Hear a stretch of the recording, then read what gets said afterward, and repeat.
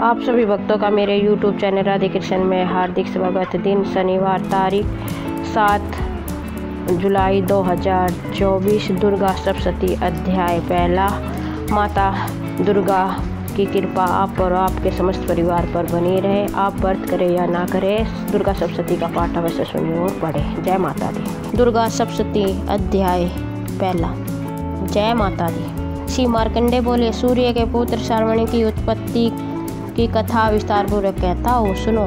श्रवणी महामाया की कृपा से जिस प्रकार मनवंतर के स्वामी हुए, उसका भी हाल सुनो। पहले सर्वोचित नामक राज्य था। वे प्रजा को अपने पुत्र के समान मानते थे, तो भी कोल विध्वंसी राजा उनके शत्रु बन गए। दुष्टों को दंड देने वाले राजा सूरत की उनके साथ लड़ाई हुई। कोला विध्वंसियों की संख्या में कम होने पर भी राजा सूरत युद्ध में उनसे हार गए।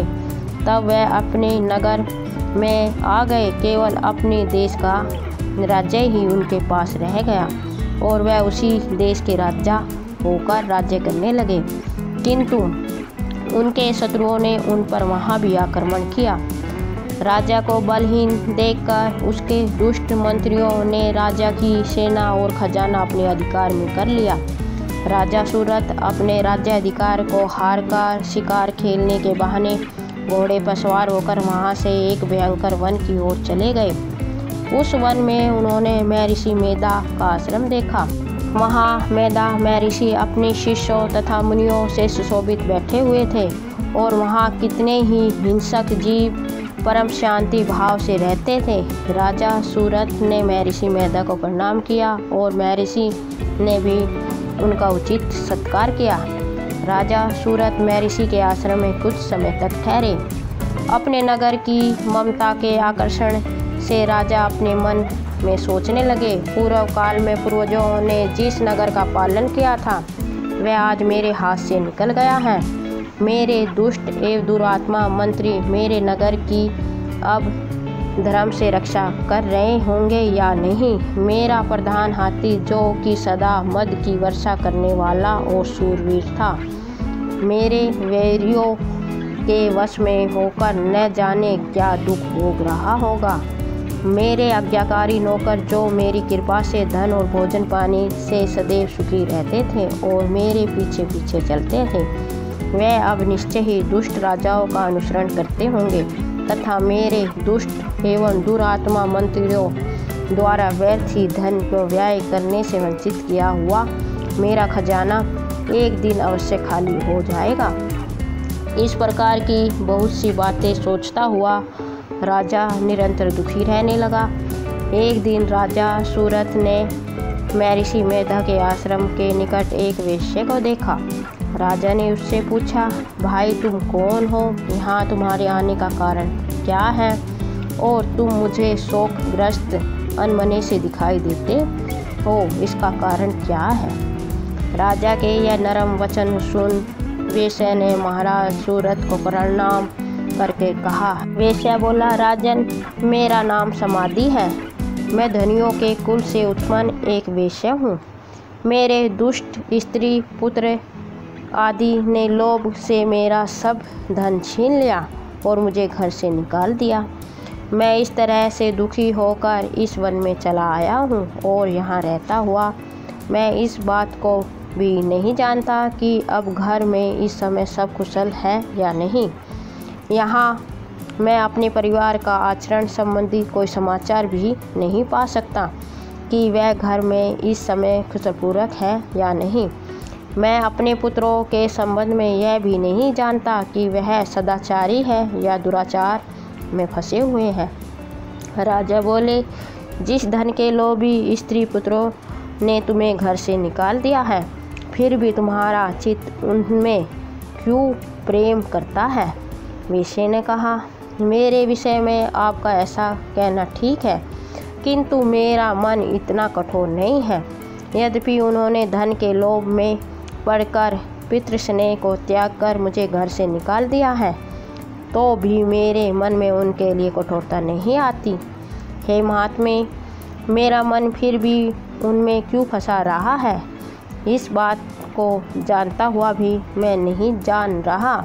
मेरा चित्त उनके लिए दुखी है। मैं उनके लिए लंबी लंबी सांसें ले रहा हूँ।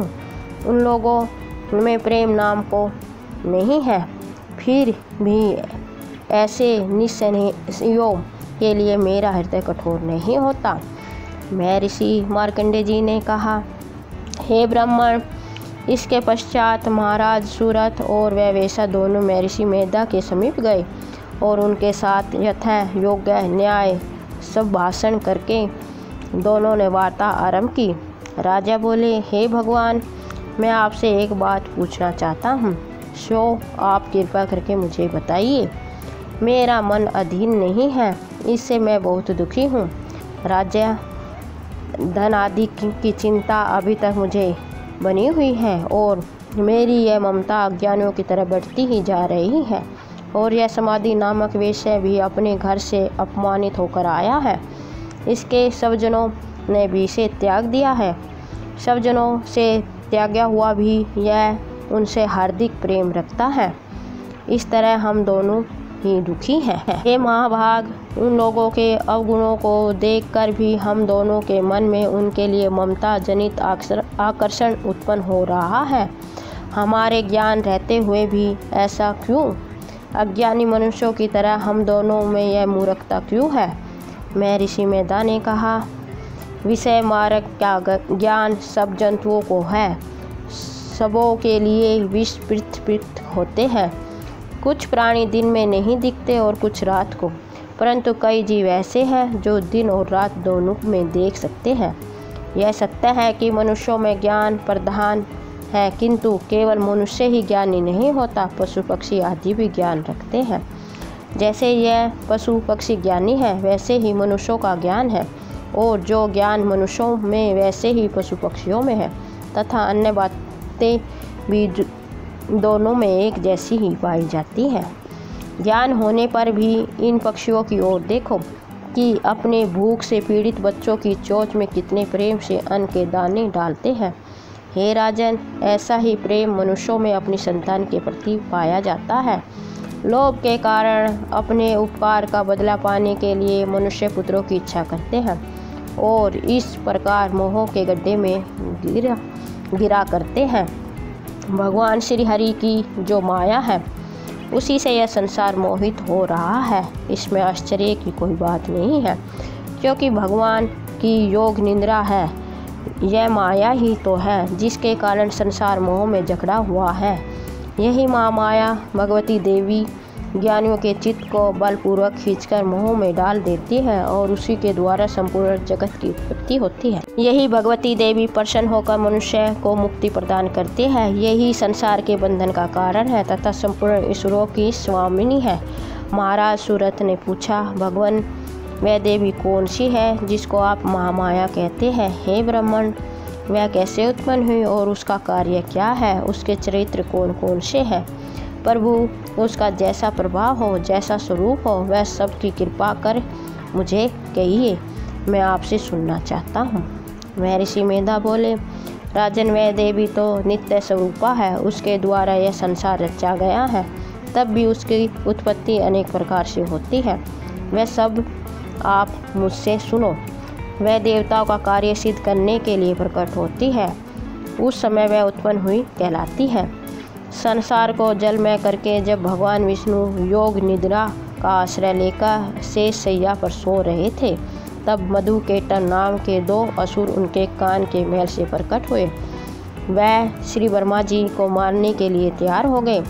श्री ब्रह्मा जी ने उन दोनों को अपनी ओर आते देखा और यह भी देखा कि भगवान विष्णु योग निद्रा का आश्रय लेकर सो रहे हैं।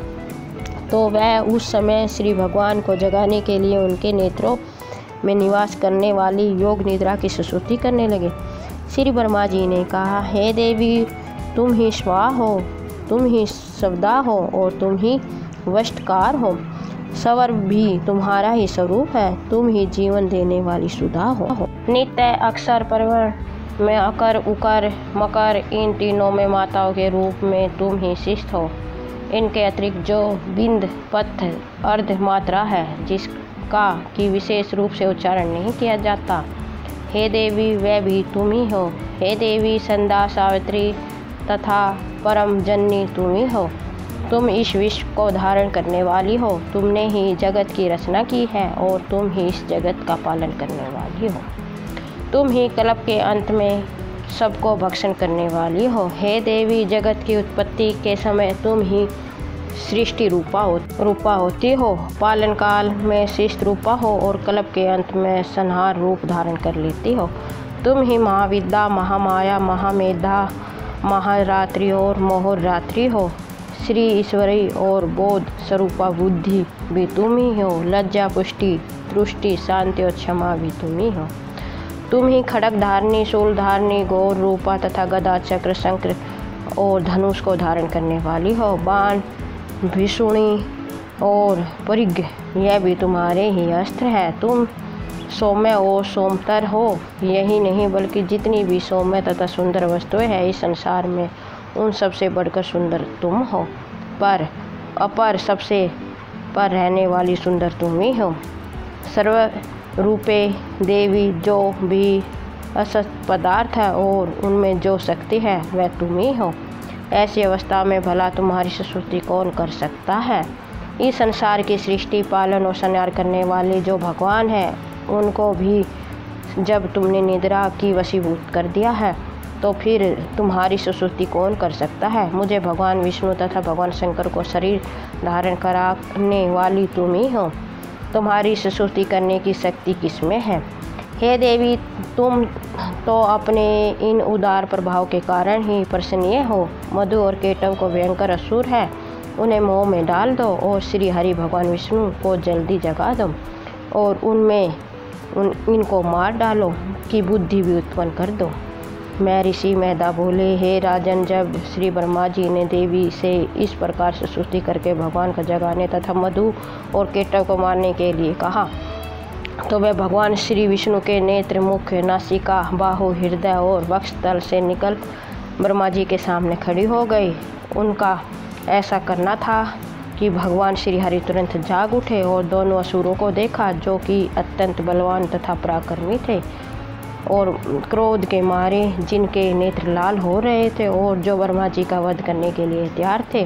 तब क्रोध हो उन दोनों दुरात्मा असुरों के साथ भगवान श्री हरि पूरे 5000 वर्ष तक लड़ते रहे। एक तो वह अत्यंत बलवान तथा पराक्रमी थे, दूसरे महामाया ने भी उन्हें मुँह में डाल रखा था।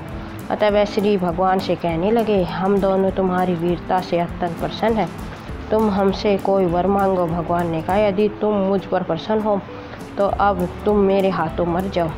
बस इतना सा ही वर मैं तुमसे मांगता हूँ, यहाँ दूसरे वर से क्या प्रयोजन। मैं ऋषि मेधा बोले, इस तरह से जब वह धोखे में आ गए और अपने चारों ओर जल ही देखा तो वह भगवान श्री हरि से कहने लगे, जहाँ पर जल न हो, सूखी जमीन हो, उसी जगह हमारा वध कीजिए। मैं ऋषि मेधा कहते हैं, तथास्तु कहकर भगवान श्री हरि ने उन दोनों को अपनी जांघा पर लिटाकर उन दोनों के सिर काट डाले। इस तरह से यह देवी श्री ब्रह्मा जी की स्तुति करने पर प्रकट हुई थी। अब तुम से उनके प्रभाव का वर्णन करता हूँ, सो सुनो। इस तरह दुर्गा सप्तशती अध्याय पहला समाप्त। आपको मेरा वीडियो कैसा लगा कमेंट बॉक्स में अवश्य बताएं। मेरे वीडियो को लाइक, शेयर और चैनल को सब्सक्राइब करें। जय माता दी।